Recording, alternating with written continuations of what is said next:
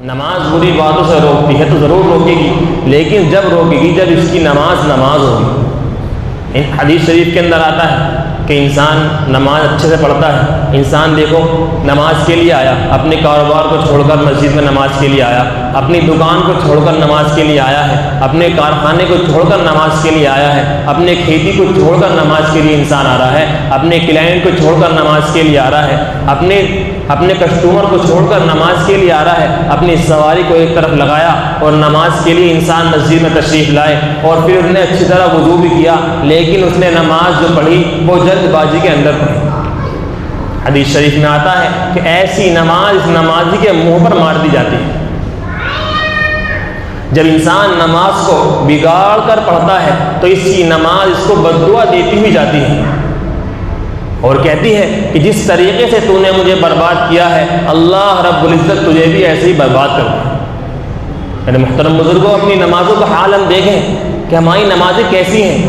کبھی ہمیں اپنی نماز کو امام صاحب کو، کسی مولانا کو، کسی کو سنانے کی ضرورت پیش نہیں آتی کہ میری نماز سن کر دیکھ لو کہ میری نماز صحیح ہے یا نہیں ہے، کہ امام صاحب میں اس طریقے پر نماز پڑھتا ہوں کہ میری نماز ٹھیک ہے، کہ میری نماز ہو جاتی ہے نہیں ہو جاتی ہے۔ کبھی ہمیں مسائل پوچھنے کی ضرورت پیش نہیں آتی، کبھی ہم معلوم نہیں کرتے، کبھی ہم اپنی نماز، اپنی سورہ فاتحہ، اس کے بعد کی سورت، اپنی التحیات، درود شریف، کبھی ہم سنانے کی کوشش نہیں کرتے، کبھی سنا کر نہیں دیکھتے کہ ہماری نماز درست ہے یا نہیں۔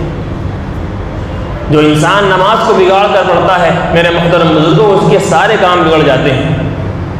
نماز جب انسان نماز پڑھی اور اس کو بگاڑ کر پڑھا تو کالے کپڑے میں لپیٹ کر اس کے منہ پر مار دی جاتی ہے۔ انسان کہتا ہے کہ میرے کاروبار کو نظر لگ گئی، میرے کام کو نظر لگ گئی، میرا کام نہیں چل رہا۔ میرے محترم بزرگوں، تیرے کام کو نظر نہیں لگی، تیرے کام کو بد دعا لگی ہے تیری نماز کی۔ جیسے تو نے نماز کو بگاڑا ہے، ایسے ہی نماز نے بد دعا کر دی، اور تیرے کام کو، کاروبار کو نماز کی بد دعا لگی ہے، کسی کی نظر نہیں لگی، کسی کا جادو ٹونا نہیں لگا، وہ تو نماز کی بد دعا لگی۔